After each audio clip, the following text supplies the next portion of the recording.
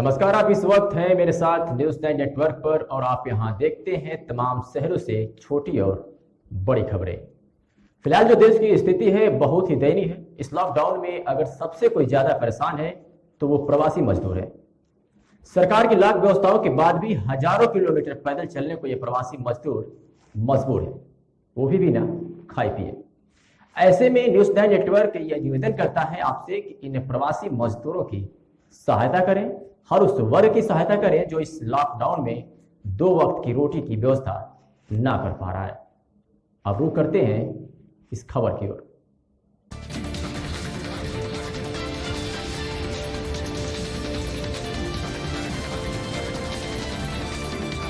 ये प्रधान जी है बेलहरी की ग्राम। उत्तर प्रदेश के बलिया जनपद के जिलाधिकारी एसपी शाही ने कहा है कि अब बाहर से आए लोगों को होम क्वारंटाइन का पालन करना ही होगा। इन पर नजर रखने के लिए गांवों में ग्राम निगरानी समिति व शहरी क्षेत्र में मोहल्ला निगरानी समिति गठित है, पर सिर्फ गठन ही पर्याप्त नहीं है। इन समितियों को अब सक्रिय रहना होगा। समिति के सदस्य निर्भीक होकर अपना काम कर सकें, इसके लिए पुलिस प्रशासन द्वारा हमेशा उनके साथ खड़ा रहेगा। कलेक्ट्रेट सभागार में प्रेस प्रतिनिधियों के मुताबिक डीएम ने कहा है कि बाहर जाने वाले प्रवासियों की संख्या 25,000 से अधिक जा रही है। ऐसे में सभी को फैसिलिटी सेंटर में रखना मुश्किल है, इसलिए सामने यही विकल्प है कि बाहर से आने वाले लोगों को होम क्वारंटाइन का ठीक से पालन करें। हमारा पूरा जोर होम क्वारंटाइन को प्रभावशाली बनाना है। अब हर ग्राम व हर वार्ड को एक इकाई मानने की जरूरत है।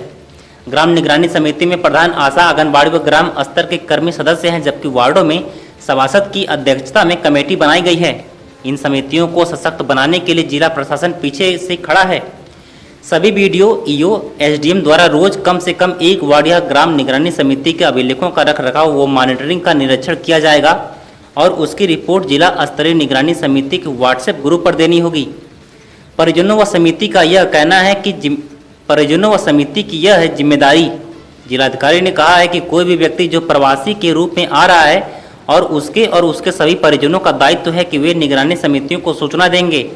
निगरानी समिति के अध्यक्ष व सदस्य अपने क्षेत्र में आने वाले प्रवासियों की सूची बनाएंगे और वे 14 कॉलम वाले निगरानी रजिस्टर पर इसे दर्ज करेंगे। समिति की जिम्मेदारी होगी कि जो व्यक्ति बाहर से आ रहे हैं वे 28 दिन क्वारंटाइन रहें या नहीं, चिकित्सीय परीक्षण हुआ या नहीं, लक्षण हैं या नहीं, प्रवासी के घर में क्वारंटाइन की स्थिति है या नहीं, इसे देखेंगे। यदि नहीं है तो पास के सरकारी स्कूलों में क्वारंटाइन करेंगे। नहीं मानने पर एफआईआर संग हो सकती है बड़ी कार्यवाही। जिलाधिकारी ने कहा है कि यह व्यवस्था बनाई गई है कि यदि कोई प्रवासी क्वारंटीन के नियमों का पालन नहीं कर रहा है तो निगरानी समिति संबंधित बीडीओ या ईओ को सूचित करेगी।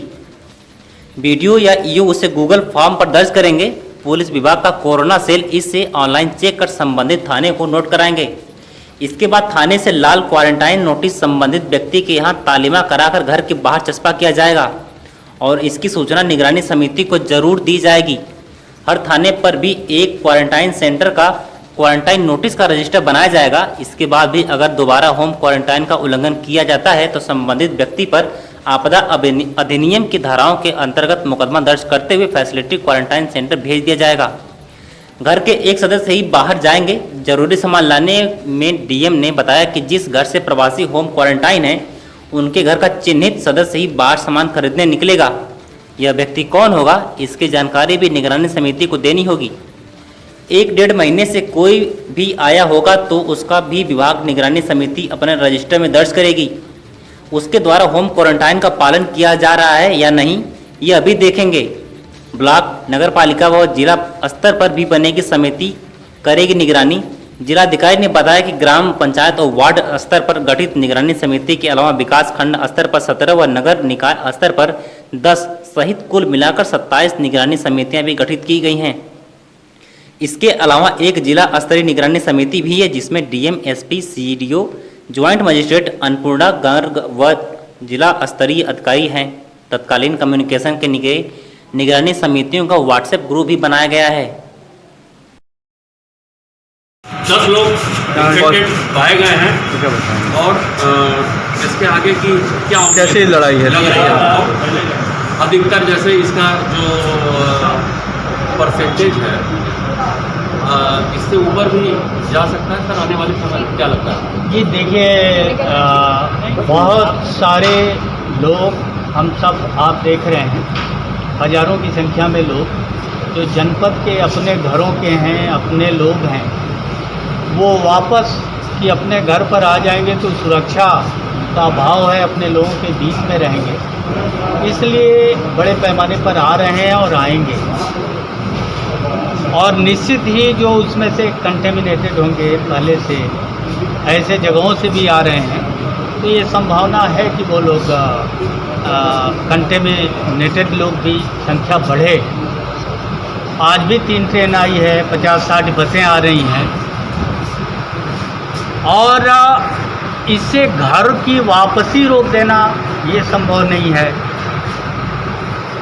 जो संभव है इन सारी परिस्थितियों में वो ये है कि हम उन लोगों को प्रभावी रूप से क्वारंटाइन रखें, जिससे अगर इनमें से कुछ लोग इन्फेक्टेड हैं तो वो इन्फेक्शन वहीं तक सीमित रह जाए, और जिस भी किसी स्टेज पर अगर वो लक्षण प्रकट होते हैं या कहीं से पता चलता है तो उनको फिर आइसोलेट किया जा सकता है।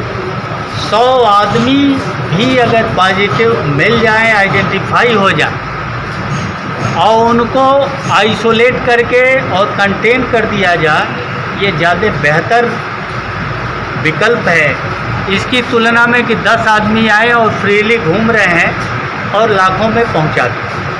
तो हम लोगों का फोकस 2 चीज़ों पर है कि ज़्यादा से ज़्यादा कांटेक्ट ट्रेसिंग करके जो भी पॉजिटिव मिल रहे हैं उनको तत्काल पता किया जाए, उनका कांटेक्ट ट्रेसिंग करके पॉजिटिव नेगेटिव, और उनको ले करके हॉस्पिटल में प्रॉपर सुविधा मुहैया करके रखा जाए उनको। और दूसरा, चूँकि बिना लक्षण के भी काफ़ी लोग पॉजिटिव आए हैं, 10 में 9 बिना लक्षण वाले हैं, इसलिए हर बाहर से आदमी आने वाला आदमी 200% क्वारंटाइन रहे, क्योंकि क्वारंटाइन रहना ही, आइसोलेट रहना ही इस रोग को फैलने के लिए एकमात्र विकल्प है। सर, निसंदेह प्रशासन ने बहुत अच्छा काम किया, लेकिन बावजूद एक चीज़ बताइए, जो ओवरलोड हो रहा है बलिया पे, गाज़ियाबाद से ट्रेन आती है, दिल्ली से आती है, चंडीगढ़ से आती है, बंदा होता है मुरादाबाद का, फिर बलिया आता है, फिर बलिया के बाद मुरादाबाद जाता है, फतेहगढ़ जाता है, तो ये उधर ही ड्रॉप करते, तो ये जो ओवरलोड जो बलिया पर हमारे है वो नहीं हो गया। इसके लिए कुछ ऐसा है कि आप क्या सोचा, उसका विकल्प कुछ हो सकता है? देखिए, ये एक सिस्टम और आकस्मिकता की स्थिति है। जहाँ तक मैं मानता हूँ, अगर ओवरलोड है तो ये केवल बलिया पर नहीं, जहाँ जहाँ भी ट्रेनें आ रही हैं उन सब जगह की यही स्थिति है। हालांकि प्रयास और कम्युनिकेशन स्टेट की तरफ से उन स्टेट मशीनरी को भी किया जा रहा है कि जहाँ के लिए ट्रेन जा रही है अधिक से अधिक उसी मंडल के ज़िले के लोगों को वहाँ चढ़ाएं। बट प्रैक्टिकली जो मैं महसूस कर पा रहा हूँ, शायद ये होता होगा वहाँ कि एक ट्रेन जा रही है और वहाँ बड़ी भारी संख्या में, चाहे वो बरेली का भी आदमी हो, उसको लग रहा है कि बलिया की ट्रेन हमको मिल गई तो हम बलिया आ जाएंगे, तो वहाँ से किसी न किसी तरह से बरेली अपने घरों की तरफ चले जाएंगे। तो ये अपने घर के लिए अपेक्षा है, तो ये व्यवस्था एक करनी पड़ेगी। मार्केट की क्या स्थिति रहेगी सर? और आखिरी क्वेश्चन है, इन्फेक्टेड होना अपनी जगह है, लेकिन कोई बड़ा आसान ना हो, कोई एक्सपायर ना हो, इसके लिए सब जो एमबीबीएस डॉक्टर वगैरह जो कुछ रखे गए हैं उनकी देख में क्या वो सही से सब चीज़ें उपलब्ध हैं? जो इन्फेक्टेड लोग अभी जो आइसोलेट करके हॉस्पिटलों रखे गए सेंटर पे जो रखे गए, सर उनके बारे में बताएं, उनका इलाज के बारे में कैसे इलाज चल रहा है, प्रॉपर क्या उनके लिए? देखिए, सर्वेन जी L1 फैसिलिटी हम लोगों की बसंतपुर CSC में बनाई गई है, और वो बहुत पहले ही उसमें जो भी ऑक्सीजन सिलेंडर से लेके पाइपलाइन तक, वेंटिलेटर और सारी चीज़ें जो होनी चाहिए, वो सारी व्यवस्थाएं हम लोगों ने पहले ही कर रखी हैं, और कई बार उसका भ्रमण भी किया जा चुका है। उसमें बेसिक और सबसे बड़ी व्यवस्था यही है कि वो आइसोलेट रहें, मेडिकेटेड भोजन करें, और जो उनका ध्यान दिया जा सकता है मेडिकल की टीम के द्वारा वो सारा ध्यान दिया जाए।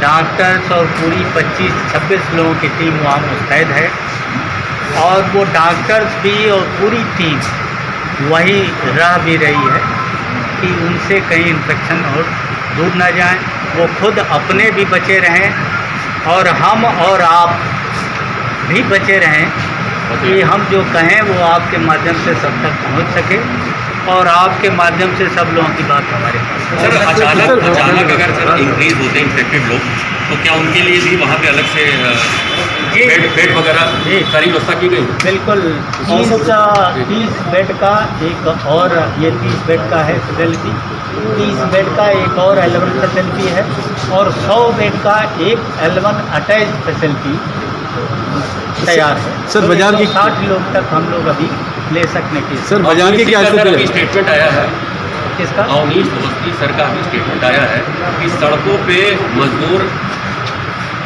को रोका जाए, न चले। इसके बावजूद भी देखा जा रहा है मऊ से लोग पैदल आ रहे हैं, आजमगढ़ से लोग भी पैदल आ रहे हैं। और अवनीश जी का एक स्टेटमेंट ये भी है, अगर कोई मिलता है तो उनको खाना सही ढंग से दिया जाए। तो कम से कम एज आप DM बलिया हैं, एक अच्छे अधिकारी हैं, तो कम से कम अगर मजदूर कोई ऐसा आता है तो कम से कम जो आपके जो अधीनस्थ अधिकारी हैं उनको देखें, रोकें और उनको खाना सर ठीक से दें। सर इसके बारे में क्या है? जी सरवन जी, बिल्कुल आपका कहना सही है, शासन का ये निर्देश है और इस निर्देश के क्रम में आज से सभी जनपदों में ये व्यवस्था शुरू की गई है। मऊ से भी 5-6 बसेस से उन्होंने अपनी सीमा में छोड़ा है और हम लोग भी उनको कंटेन किए हैं वही रसड़ा में ही एंट्री पॉइंट पर, और वहाँ रोक करके और उनको खाने पीने की व्यवस्था करने के बाद बसेस भी उपलब्ध कराई जा रही। प्राइवेट बसों को हम लोगों ने अधिग्रहित किया है और आज से ये व्यवस्था शुरू है। कहीं भी आज के बाद से आपको इस तरह की व्यवस्था नहीं दिखेगी कि सड़कों पर लोग चले जा रहे हैं पैदल। जो भी जाएंगे इस सीमा के भीतर, जनपद की सीमा के भीतर बसेस से प्रॉपर पानी, खाना, चेकिंग करा कर। सर मार्केट की क्या स्थिति रहेगी sir? Thank you. Sir market की स्थिति क्या रहेगी? मार्केट की स्थिति क्या रहेगी सर? उसी तरह खुलेगी क्या चाह रहे हैं? मार्केट उसी तरह खुलेगी या मार्केट कंटेनमेंट जोन में अभी जो निर्देश हैं वो कंटेनमेंट जोन में पूरी तरीके से बंद करने के हैं। जो 6 कंटेनमेंट जोन बनाए गए हैं उसमें, लेकिन अगर केसेस की संख्या ऐसे बढ़ी और ज़रूरत महसूस हुई और देखा गया कि यही ज़रूरी है तो फिर से रिवर्ट बैक होने की भी संभावना है, क्योंकि ऑलरेडी